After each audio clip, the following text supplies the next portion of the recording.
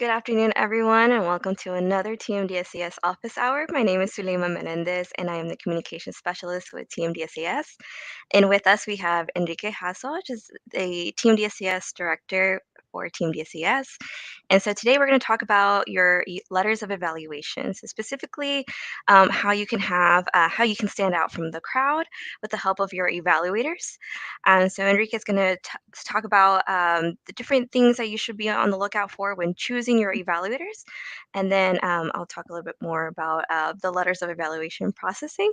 And so just to let you know, if you are unable to watch this right now, there will be a recording available later on. You can always watch it after the session ends or as many times as you would like. And if you have any questions, you can always ask those in the chat, either through Facebook or YouTube, wherever it is that you're watching, and we'll answer your questions at the end of the session. So the little presentation that we have for you guys. So Enrique, do you want to say anything? I'm really happy to be here, and thank you very much for asking me to join. This is a really important part of the application, and we'll get into that in a bit. But I'm really excited to be here and provide some guidance for this aspect of the TMDSAS application. Y'all have been working real hard for so long, and we want to make sure we get this step right.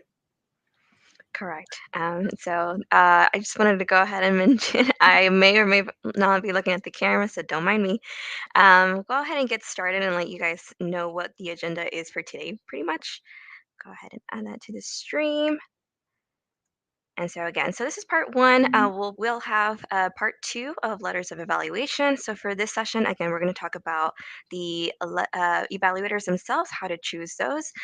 So again, Enrique will talk about that. Just mention a couple of information that we have, advice from the Team DSCS member institutions, what they've mentioned in the past about this specific topic.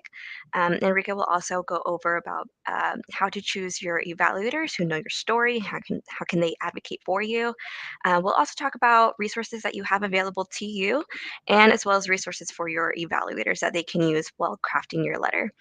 And so I will go over submitting your letters of evaluation, the resources that you have, again, just mentioning where to find that information, as well as the TMDSAS letters of evaluation processing times, which everyone should know, just so that way you can get an idea of when to hear back about your letters.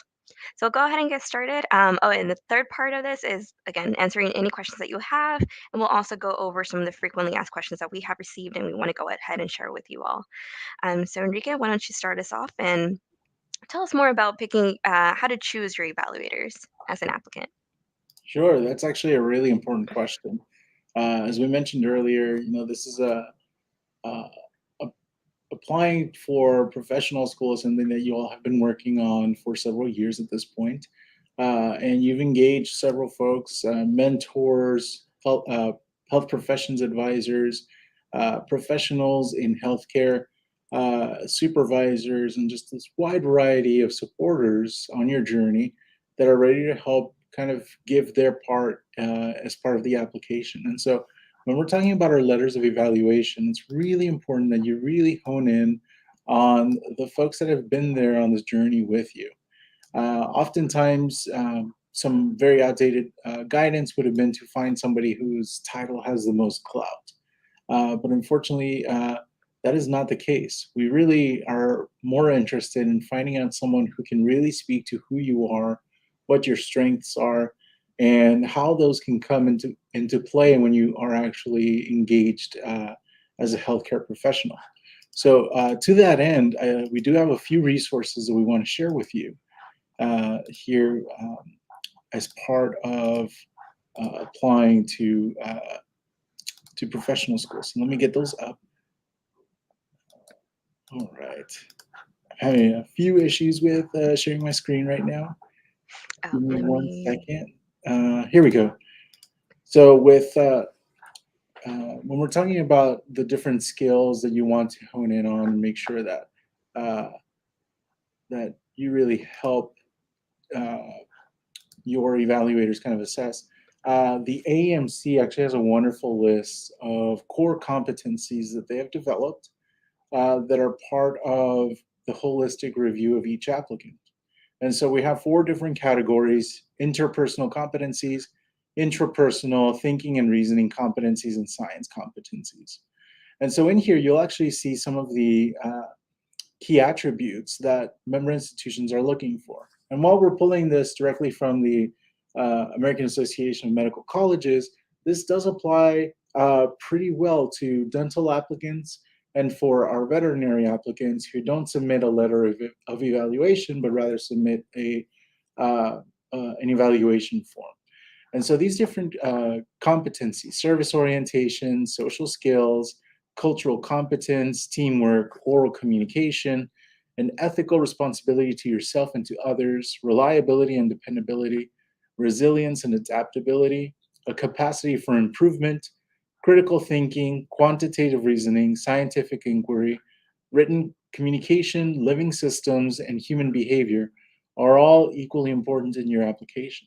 And as you can see, they're evaluated as unique quantifiers. So in your application, you may be talking about how you've been engaged in a certain activity for the entire time that you've been in college. So that would be something that shows your reliability and your dependability.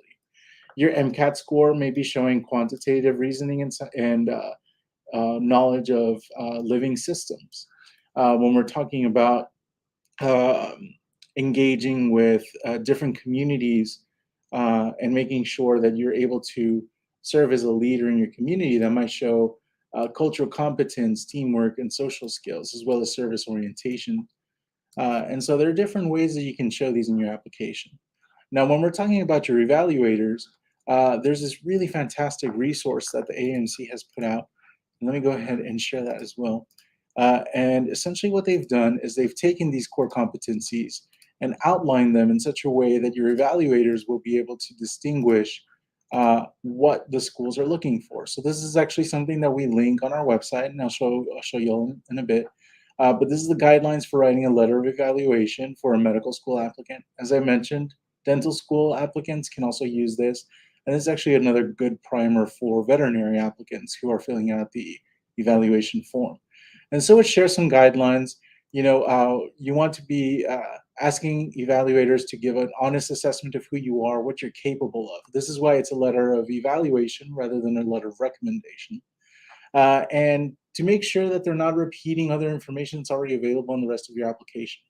We've seen many letters where the evaluator is talking about what an amazing applicant this is and how they got a 4.0 in their fall semester, or they took their class and they got a certain grade. And it's like, great, but you've already provided that in another section of your application. We already know that.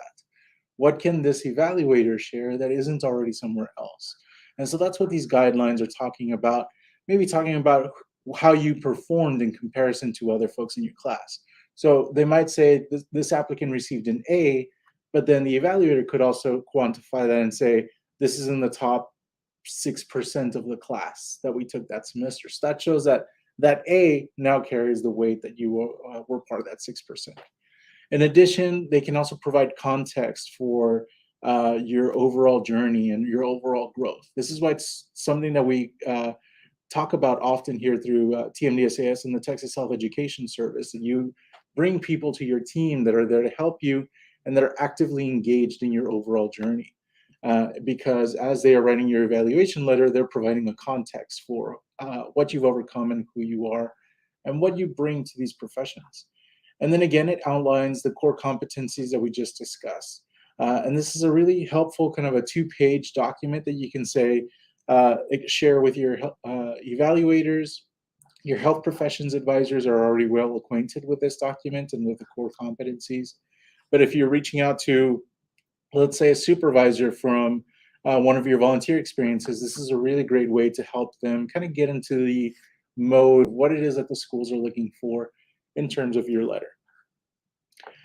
All right, and we are going to make sure that we share the link to these pages. And as I mentioned, these are all linked on our on the TMDSAS website. So we're going to show you how to get to these on your end. So here on the TMDSAS website, at the top menu, make that a little bit bigger. At the top menu, we have evaluators and get support. So this is for any evaluators out there who are kind of curious about what it takes to write a letter, make sure that it doesn't get caught up with any processing issues. We outline those issues and what you can do to avoid those. And we've got the competencies for health professions advisors, and that takes you directly to this document. Um, and then another uh, helpful piece of guidance is the FAQs. Right now, as part of the application cycle, we're starting to get a lot of questions about letters of evaluation. I'm sure Sulema can speak to those as part of our TMDSAS support team. But these questions are really helpful here because you don't have to wait to get a response for them. They're already outlined here on our website. And so I'm going to bring back Sulema to help us with some of the guidance that we can provide in terms of making sure that letters aren't caught up in the overall process. Yeah, so I did want to briefly mention that what Enrique just shared, the first page was the evaluator page, which does have a lot of information that your evaluator can refer to. So if they ever need any questions, specifically, a lot of those FAQs do address questions that they would ask, such as, can I mail the letter, or can I get access to my account if they're having issues with that? Or I can't find my applicant in my portal. So those are a lot of the FAQs that are listed on there, and they're very helpful for them to take a look at that briefly before giving us a call, just so that way maybe they can become aware of what the issue is, and that way we can quickly resolve that over the phone if needed. So that's definitely a great resource and a resource for you guys all. I'll go ahead and share it here. So if you're not already familiar, but we do have the EY 2023 application guide, and we have a specific section for letters of evaluation. So that is going to be your go-to number one spot for any questions that you need or might have. We do have an FAQ section at the bottom of that section, as well as the letter requirements, anything you need to know specifically about what an HP packet is and versus what the individual letter option is. It does have information about direct uploads, which is typically what a lot of evaluators use. And we also have some information about Interfolio, which I'll talk about in just a few in just a few moments. Just want to make sure that y'all have all the resources linked. So I'll go ahead and add that.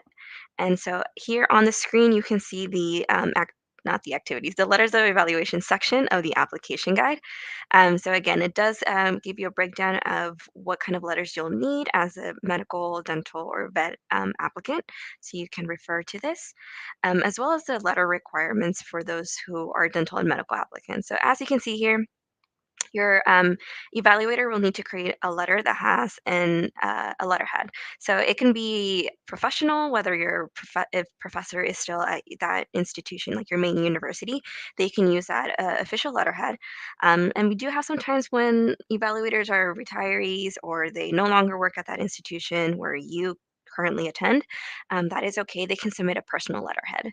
And so basically, that's just providing contact information just at the top of the page. And they can create that or even look for a Google template and look up for information on how to create a personal letterhead.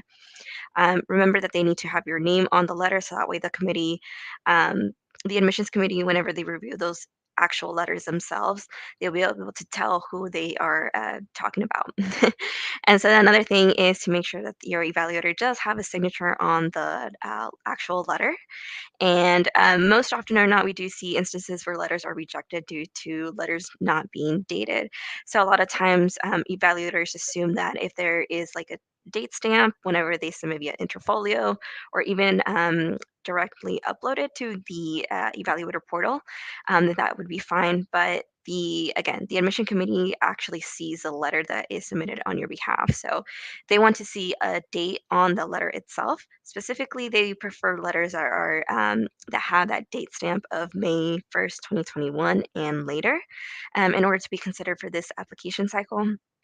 And of course, the letter has to be written in English for the admission committees. And so down below, we talk a little bit about what an HP packet option looks like for medical and dental applicants. Veterinary applicants, as Enrique mentioned, you guys have an evaluation form. So HP packet options are not available for you. It's veterinary applicants only have the veterinary form. So that's the only option you guys have. HP packet, unfortunately, will not be an option for you guys. Yeah, if I could add to the health professions committee packet, Salima, Hmm. this is an option that some universities have. Not every university is going to offer an age pack.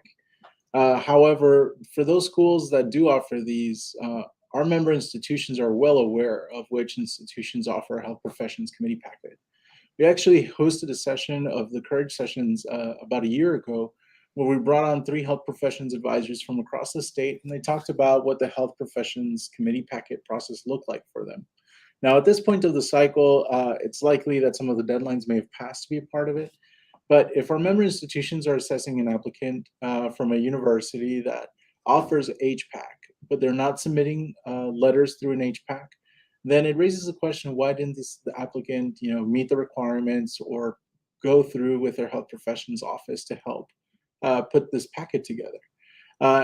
What the HPAC does is that you have a partner that's helping you, your health professions advisor, that helps you build context around your letters of evaluation. And what some of the schools will do is that they will actually bring you into do an interview with a committee, and that committee writes a letter and sends it as part of the packet, or they will collect individual letters and then write an overall letter as a kind of an introduction to the overall packet. And so this is a really fantastic resource. If you have it available at your school, take full advantage of it. Yes, it is a couple of extra steps, but having that support is really invaluable. And this is something that health professions offices across the country will provide for free. So take advantage of it. It's something that you are already paying for through your tuition and fees.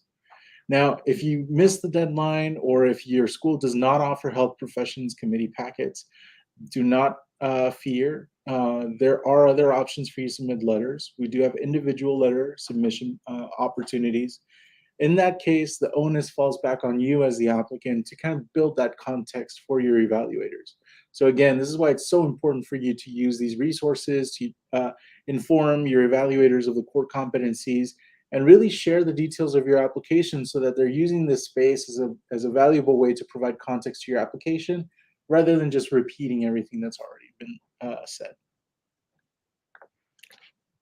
Yeah, and I did want to quickly mention something as well that just came to me. So a lot of times we do have for the individual letter option, evaluators write a small paragraph. It's like this big compared to the whole letter.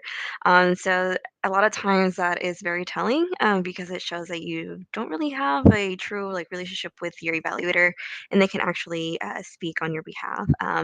Beyond just they got an A in chemistry or just simple things that you already mentioned in your application. So a lot of times those small paragraphs or small poor evaluations don't are not too great and don't really go beyond and showing the admissions committees who you are and provide additional information that they don't already get in your application. Or I have received some insight from our team who processes letters with TMDSAS, and they did mention that sometimes some evaluators mention that they don't really know you or they don't really know an applicant beyond just they were in the class and that's it. And so just be careful with who you ask to write your letters because you do want them to really talk about you and not just not really care or like mention something that you've already mentioned in your application. So going back to the guide, I just want to make sure that we got everything just to show you what that looks like. If you haven't already taken a look at what the letters of evaluation section looks like for the in the application guide to make sure that you know where the information is so you can look for it and be able to find information you need readily available to you. And so you don't have to wait on us to take a look at that and receive answers because a lot of times these answers are already available to you. So let's see if I can go ahead and Enrique, are you sharing? Okay, Yeah, I'm perfect. sharing that in the chat. All right, sounds good. Okay,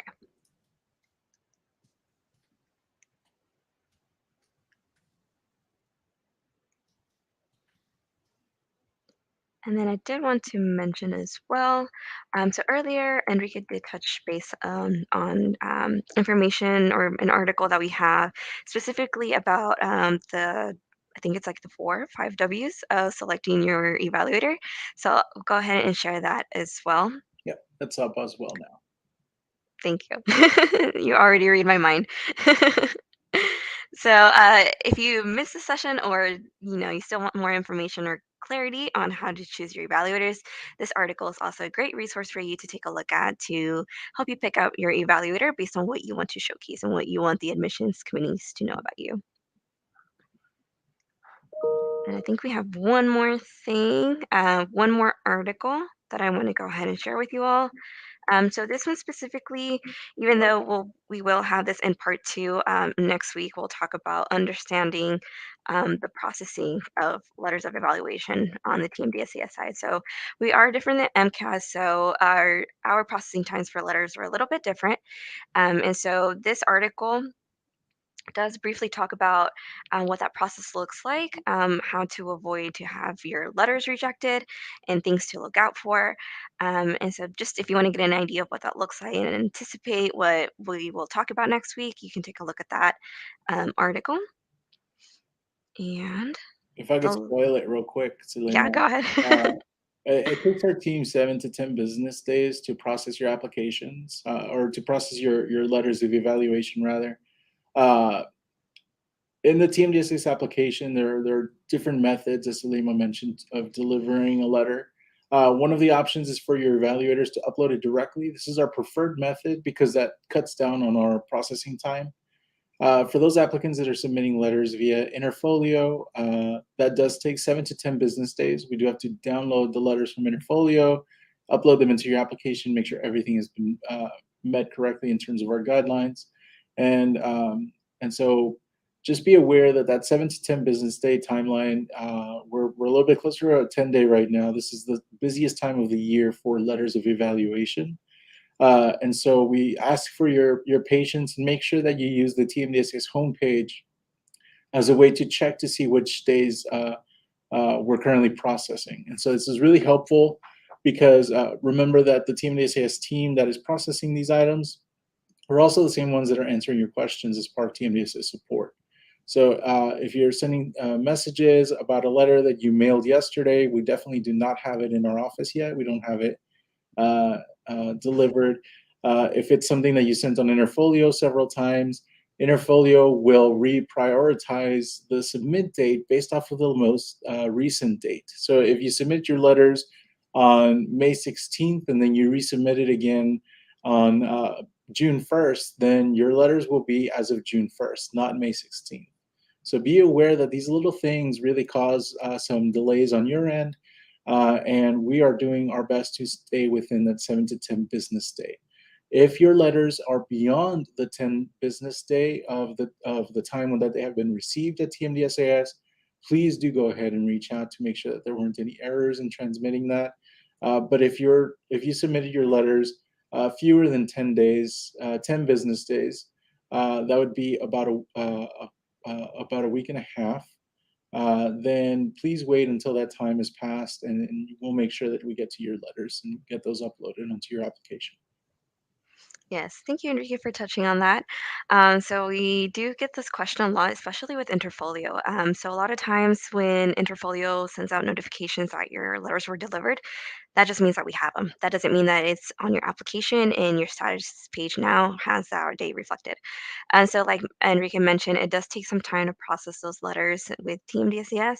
So once Interfolio tells you that they deliver your letters and that we have them, that is most often than not correct. We do have the letters. It's just it does take time for us to process those, and the processing part of it is to also take a look to see that all your letters do have those components that are needed. So again, the letterhead, the signature, your name, a date. And contact information. So your evaluator's contact information has to be on there as well. So our team makes sure that you have all those components, and these are not rules that we establish necessarily, but these are rules that the schools themselves have told us this is what they want to see on the letters. So we're just going off of what they would like to see to make sure that you have all the components that are needed. We will process your letters. We will get in touch with you if there are errors with your letters, if there's a missing component. So along with not only like keeping in mind the time frame, the turnaround time, which is 7 to 10 business days to process letters. Also, take a look at one the homepage, our TMDSAS homepage. We do have our processing times for letters of evaluation, as well as application processing times as well. So that's a good place to take a look at that and see.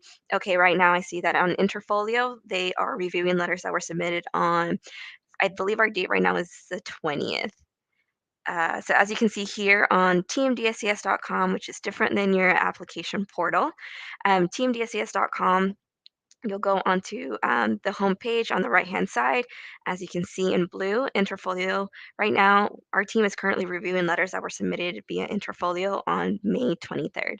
So if you submitted your letters on May 26th, you can kind of get an idea of when to anticipate to look back and check and see where they're at for the 26th. These dates are updated daily, so be sure that you'll know that the information that is listed on here is accurate. So take a look at this page right here. Take a look at your status page to see if it says received or not received. And then another area is to check your messages. So a lot of times, if a letter is rejected, our team will reach out to you and your evaluator. Sometimes it's hard to reach out to your evaluator. So our team will definitely let you know that they were unable to reach your evaluator. And so that way you can let them know what happened, why the letter was rejected. But you will only know that if you check your messages. So be on the lookout for your messages in your portal for any issues that may arise with your letters. We actually have a follow-up question on that, Salima, from Deborah, who is asking, how do we know if a letter is approved? So you just shared that really well. Let me actually take it a step further and show you the worst applicant we've ever received at TMDSAS, my application. And so here we have what your portal looks like on your end when you log into TMDSAS, into your application. Uh, right here on the right-hand corner, we have status. So this is where you will go in and confirm when you've completed different sections of the application. And then down here, it'll show you letters of evaluation. And it'll show you which method you're going to submit your letter. If it's an HPAC, as I have here in my application, it shows you the name of the school, the FICE code, and then whether or not it's been received. When your letters are received, it will show received right on here. Similarly, when other aspects of your application are updated, for example, your GPAs, once your application is submitted, and when your application has been sent to the schools, that will show up here on your status page. So pay attention to this aspect of the page. Again, from the home page, under on the right-hand column, we have status here. And that's where you will go ahead and click, and it'll take you right to this page, and that's how you can track when different items are coming through. If you do receive a message from TMDSAS, it would show up here, and then it'll give you some information as to what it is, uh, as to the reasons why a letter may have been rejected, so that you can get with your evaluator to make sure that those are addressed. Yeah, so to really hone in on the answer to your question, Deborah, how do you know if the letter is approved? You check your status page and you see a current date. So let's say that you check it today and it has the date of 6/6/2022, and I think it has a timestamp as well. That means that it was received and approved. So it means that all your letter components were on there and the letter is now on your application. If your application has already been transmitted, then at that point, the schools will have this readily available on their end for them to download as new information, and they'll have that on their end. And another thing, if you don't receive a message from us about your letters, then you're good to go. It was approved. And one thing that I did want to mention, Enrique, if you can kind of clarify this for us a little bit. So I get a lot of questions about, let's say, as you all know, you do not need to have your letters on your application in order to submit. So we have a couple of applicants who select four letters, four evaluators to submit letters on their behalf. Right now, they only have three, and they want to submit today. So they tell me, I want to submit my application today, but I'm waiting on that fourth letter. Will that impact my application? Will there be delays? And I think it's key to notice a difference between the time that it's processing. So whenever you submit your application, that processing time that it takes to process your application, which is about 2 to 4 weeks, versus when once it's been transmitted. So once the schools have it on their end. So Enrique, if you could explain that a little bit better, just so Uh, that way we can get an understanding of what that looks like, depending on where you're at.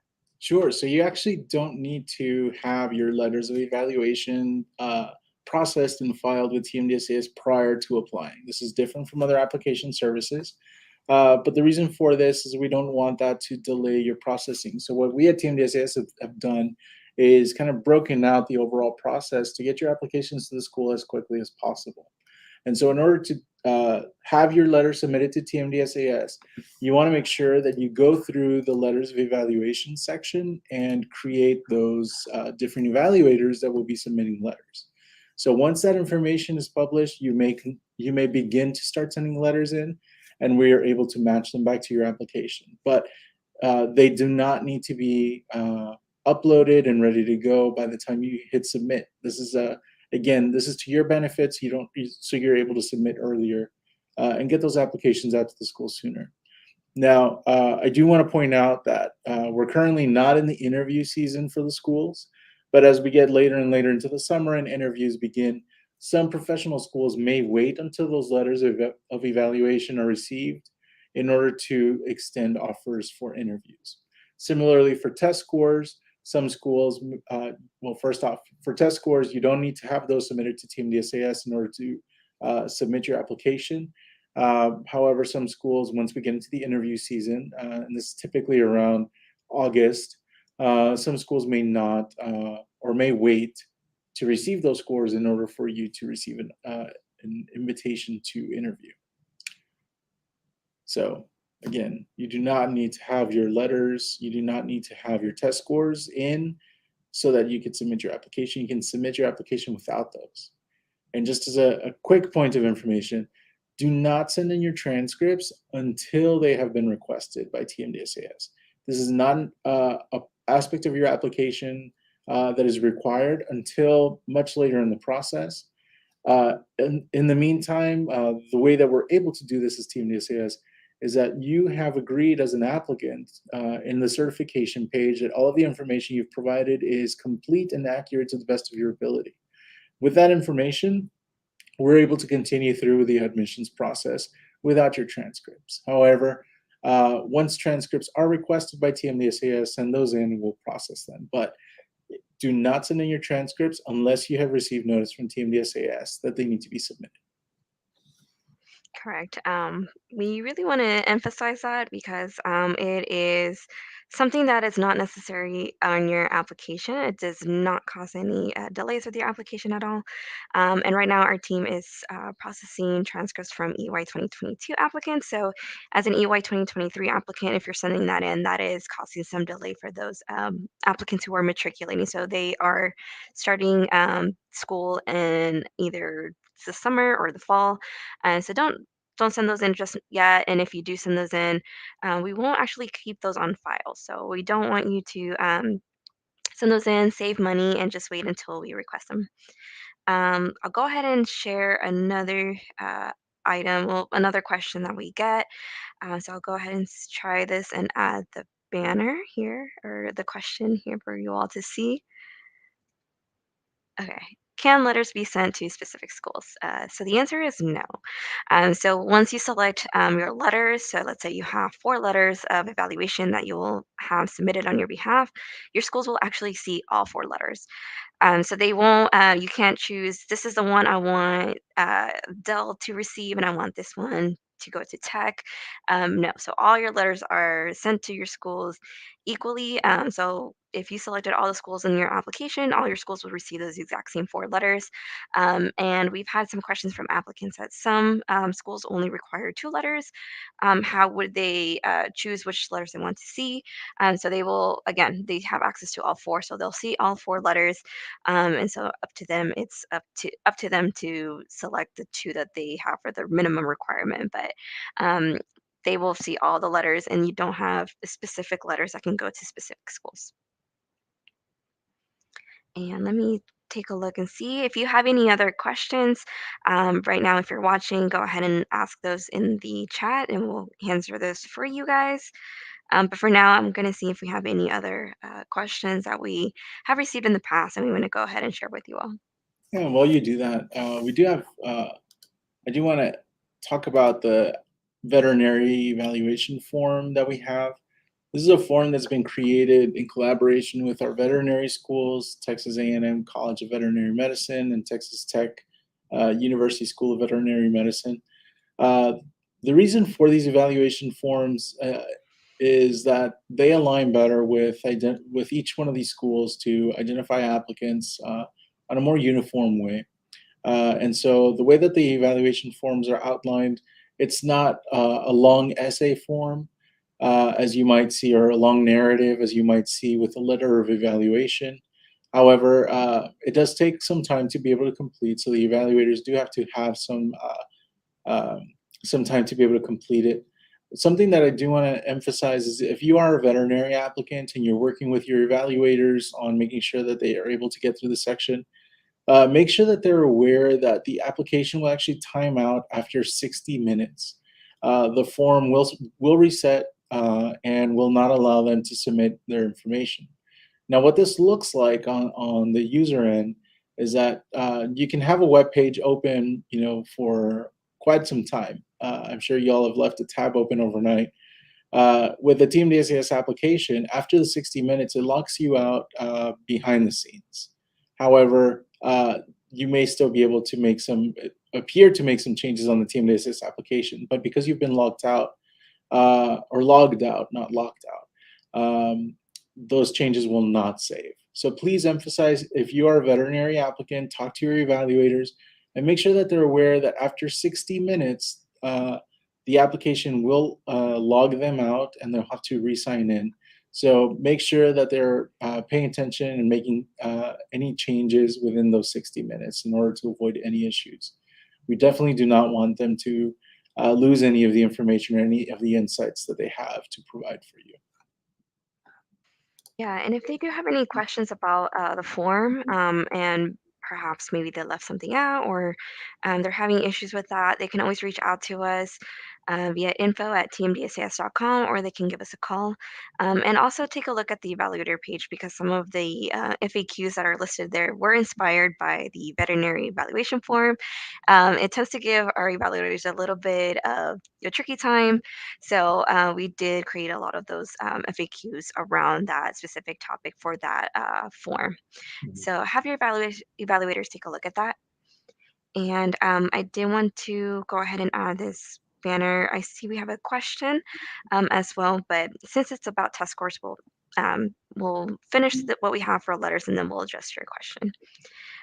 So another type of question that we get about letters specifically is how do I send my advisor an email request to upload my packet? So if you're familiar with the letters of evaluation page on your application, you will fill it out and enter your evaluator's information into the application. It'll create placeholders so that way we can receive your letter and upload it to your application. However, if you are selecting the HP packet, your advisor won't get an automated email. So whenever you are submitting individual letters, whenever you put your evaluator's information and email address, our system will send them an automated email with instructions on how to upload your letter. For advisors, that's not what happens. So you'll need to indicate that you want to have an HP packet submitted on your behalf. And then once you complete that section, also check your college's attended questions to make sure that you agree to release your information to your advisors so they can find you in their portal, and then go to your advising office and let them know that you are ready to have an HP packet submitted on your behalf because you've completed this section. So our system doesn't generate an automated email like it does with individual letters. So I won't let your advisors know that that you're ready to receive a packet. So here on Enrique's Yeah, here's application, my application. yeah, Uh, walk us through it. yeah, and so under colleges attended questions, you select the school that you have attended, and then you select whether or not you'd like to release your information to the school, and then you have to check them off and hit save. If you are submitting an HPAC and you select no, your health professions advisor will not be able to see your application. So that's essentially what this question does is, do you want your health professions advisor to see your application, or do you not want your health professions advisor to see your application? And if you select no and you do want an HP packet, your advisor will give us a call and freak out and say, I can't find my student in my portal. Help me, help me, help me.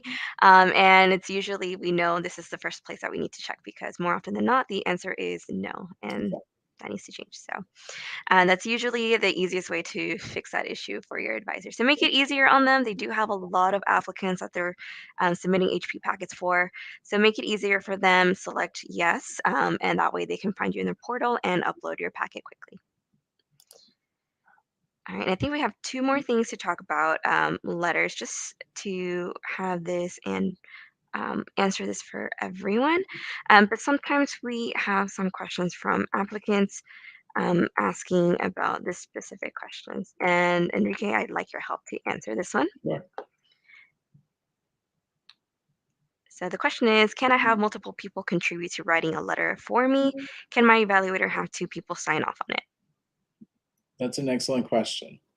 If you are submitting a health professions committee packet, HPAC, then multiple folks can sign that letter, and it'll be included as part of the packet.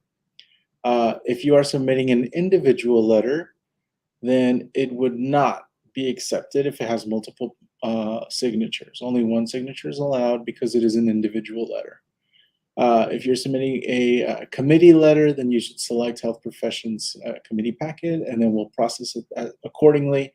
Again, if you're sending an individual letter of evaluation, then it has to have only one signature. Correct. So if you want multiple people to write a letter for you, make sure you select the HP packet and not the individual letters, because that's also confusing for your evaluators as well. And we've gotten questions about that Yeah. too. And an example of that might be, if you ask, practice of doctors that you have excuse me, that you've shadowed to write you a letter, and all, 15 doctors that you've shadowed want to sign the letter, select the one that's going to submit the letter and have them sign it. And this is why the letterhead is important, because it shows that you have done work there, and then in the letter, they can also talk about the work that they've done. And other folks can influence the letter of evaluation in that situation. However, the signature has to be just one, the evaluator has to be just one for individual letter. Yes, and whoever writes that letter will also need to be the one whose name appears in your application, because our team has seen instances where there is one person on your application but another on the letter itself, and then prompts questions, so they will reach out to you, and then that later causes a further delay on your letters to be added on your application. So avoid that, and make sure that if that is the instance, the scenario that Enrique has provided for us, if that's you, then you select one person to be on your application, one to write off on it.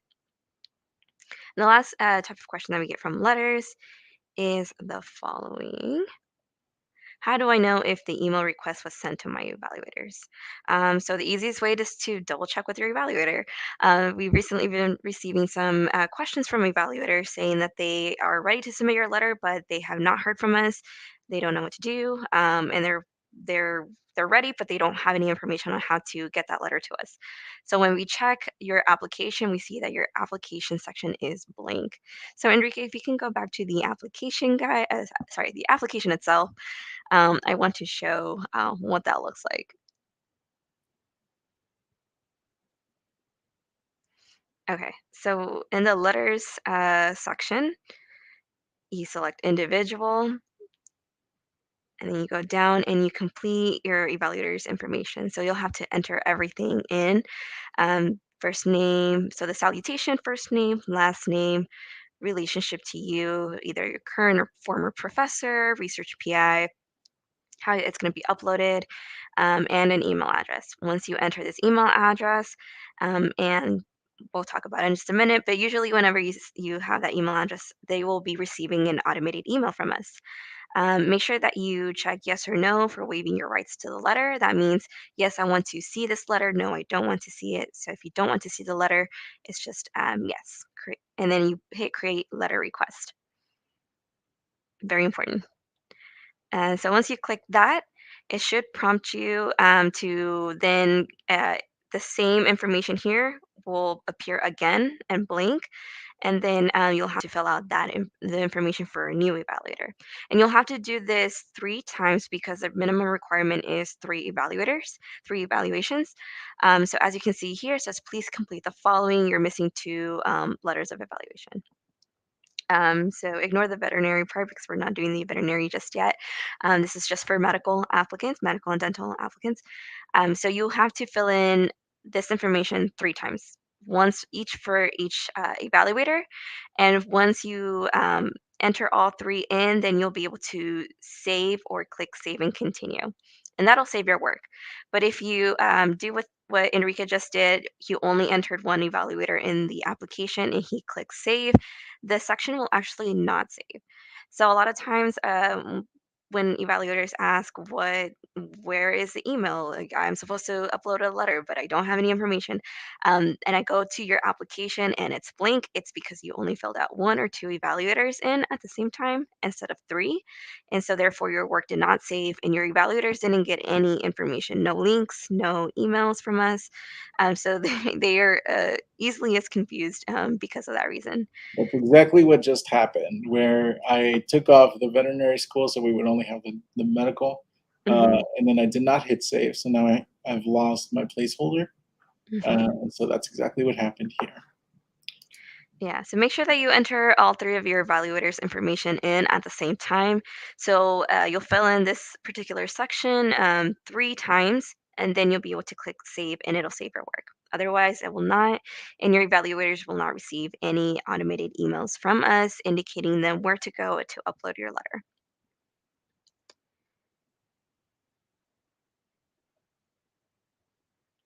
Enrique, you're on mute. Sorry about that. And here's a dental uh, individual letter form. You can see that's identical to medical. So Yeah. make sure, again, just to quickly recap, make sure that you enter all of your evaluators and then hit save if you're submitting individual letters. If you are submitting a health professions packet, make sure that the school is listed. Go through the questions, hit save, and then don't forget to make sure that if you're submitting a health professions packet, that you have released your information to your health professions advisor at your school. And again, that's under colleges attended question. Correct. So if you have any questions about letters, go ahead and send those our way. Right now, we will answer those live for you. So you don't have to give us a call. You don't have to send us a message. We can answer that for you right now. And so while we wait for additional questions about letters, we'll go ahead and show this question because this is also the second biggest question that we receive, specifically about test scores. The question is it better to submit your application before taking the MCAT or should you wait to submit until then? Enrique, why don't you answer that for us? Oh, you're throwing the hard questions at me. Uh, I need you to back me up. yeah, Calandra, this is a great question. We get it often. Uh, it is not better or worse. However, I do want to emphasize that you do want to submit your application as early as possible, as soon as it's ready. And letters of evaluation and test scores should not be a part of that consideration. So I would recommend that you go ahead and submit your application even before your MCAT scores are in. It takes us 2 to 4 weeks in order to process your application. And in that time, you could have an MCAT score back. And so rather than waiting 2 to 4 weeks and then waiting for your MCAT score, you could time it such that your application is being processed while your score is coming out. And so you could actually have a completed application by the time your score is released. So I would not hesitate at all to submit the application with a pending MCAT. Um, and just know that when the MCAT scores are released, the instructions are in the application guide on how to release scores for your DAT or your MCAT. And once those scores are received are released to TMDSAS, it only takes about a day and a half for them to show up on our application. So when it comes to test scores, that doesn't take as long to process as it would your application or your letters of evaluation. So keep in mind, letters of evaluation is 7 to 10 business days. The application processing is 2 to 4 weeks, and then test scores typically are within 36 to 48 hours.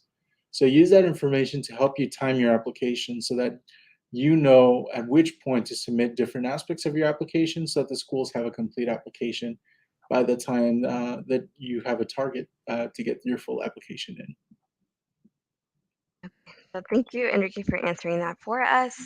And a lot of times it is a good idea to go ahead and release the score that you have right now. That way you can just see if, one, there is an issue with your score. So sometimes if you have inconsistent information for your date of birth, your test date, and your AAMC ID number, that can cause your score not to match to your application. So if you go ahead and release your score, the score that you have right now, even if it's not great, but if you go ahead and release it, because you will have to release it anyway, if you release it now, you'll be able to see if there's any issues with that, and we can quickly resolve that so that that issue doesn't wait until the very last moment and you realize that your score was never sent to your schools and they never had it to consider you. So Yeah, and I know one of the biggest considerations is like if you have a score that you know you're going to do better than that original score, and you don't want the schools to get that, don't worry about that.